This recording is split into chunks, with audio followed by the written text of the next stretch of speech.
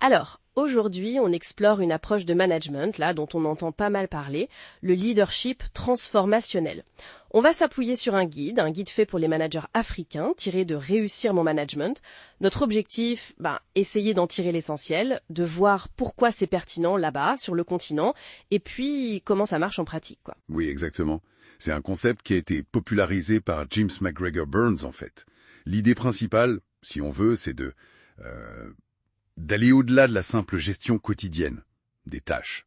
Il s'agit vraiment d'élever les ambitions, de motiver les équipes à se dépasser pour un but commun, qui ait du sens, vous voyez.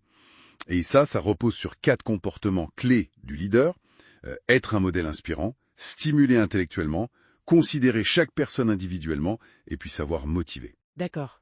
Et alors, pourquoi ce style, il résonne particulièrement en Afrique selon cette source? C'est pas juste une mode, j'imagine? Ah non, pas du tout.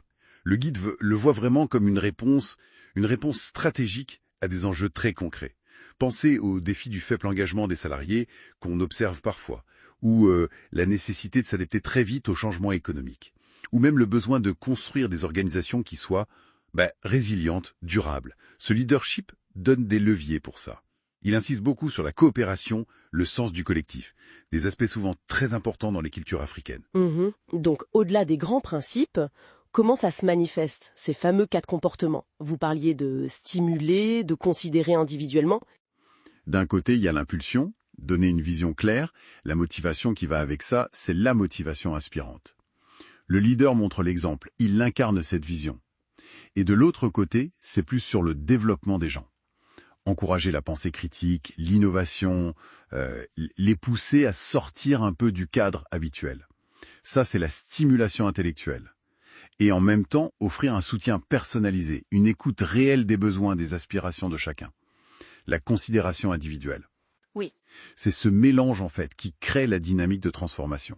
Cette considération individuelle, ça me paraît, particulièrement importante, là où le groupe, les relations, comptent beaucoup. Mais alors, comment on passe de ces beaux principes à la pratique, surtout sur un continent aussi divers? C'est tout l'enjeu, l'adaptation culturelle. C'est un point que le guide souligne bien. Ce n'est surtout pas une recette miracle à appliquer partout pareil. Par exemple, la considération individuelle, elle doit peut-être intégrer une lecture fine des dynamiques de groupe, des attentes collectives, pas juste individuelles. La stimulation intellectuelle, elle, pourrait s'appuyer sur des méthodes de discussion, de débat qui sont déjà ancrées localement. D'accord. Et la communication aussi, bien sûr, doit être ajustée. Souvent plus dans la relation. J'imagine que ça implique des défis, forcément. Bousculer des habitudes de management, peut-être plus anciennes, plus paternalistes, ça ne doit pas être simple tous les jours. Non, c'est sûr. La résistance au changement, c'est un défi majeur. Le guide insiste là-dessus. Il y a aussi un besoin critique de formation pour donner les bons outils aux managers, et puis l'importance d'impliquer tout le monde, toutes les parties prenantes, pour que la transformation soit portée par tous, pas juste imposée par la direction. Et est-ce qu'on voit déjà des résultats concrets? Le guide donne des exemples d'impact? Oui, et c'est assez parlant. Il cite par exemple Dangote Group au Nigeria. Apparemment, une vision forte, couplée à des investissements en formation, ça aurait mené à une hausse notable de la productivité. Et la source parle de 25%. Ah oui, quand même. Oui. On peut aussi penser à Safaricom au Kenya, surtout avec M-Pesa, leur système de paiement mobile. Ça a vraiment changé la donne pour l'inclusion financière. C'est un bel exemple d'innovation avec un impact social fort. Et plus largement, ce qu'on observe, c'est un engagement renforcé, plus d'innovation, une meilleure performance globale et aussi une culture d'entreprise plus positive, ce qui logiquement réduit le turnover. Très concret, effectivement. Alors pour un manager qui écoute là et qui se dit « Ok, ça m'intéresse », comment on fait pour développer activement ses compétences? Le guide donne des pistes? Oui, alors il y a plusieurs chemins possibles, souvent complémentaires d'ailleurs. Il y a les formations spécifiques, bien sûr. Ça peut être des modules dans un MBA, des ateliers dédiés, ou même des cours en ligne. Lire les auteurs fondateurs comme Burns ou Bass, c'est conseillé aussi pour bien comprendre les racines du concept. Le mentorat, ça c'est très puissant. Trouver quelqu'un qui incarne déjà ce type de leadership.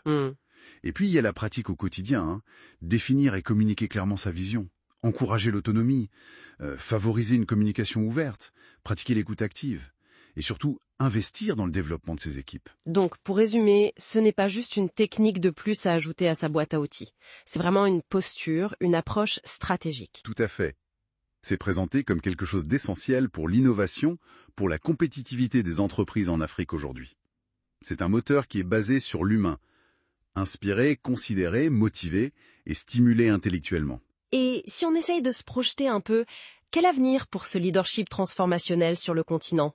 Le guide semble assez optimiste. Il anticipe un rôle qui va aller croissant. La technologie va sans doute jouer un rôle pour amplifier certains aspects. La formation continue, ça restera absolument clé. Et puis, l'intégration encore plus fine de la durabilité et surtout des valeurs culturelles locales, ça sera déterminant. Le potentiel de collaboration régionale autour de ces pratiques est aussi mentionné. En gros, c'est vu comme une nécessité pour avancer dans le monde actuel, bien plus qu'une simple tendance. Intéressant. Une nécessité donc, pas juste une option. Vraiment profonde, consciente, des valeurs culturelles spécifiquement africaines, pourrait non seulement l'affiner, mais carrément l'enrichir, le faire évoluer. On pourrait peut-être imaginer l'émergence de formes de leadership uniques, propres au continent, et peut-être même encore plus efficaces dans ce contexte. Qu'en pensez-vous ?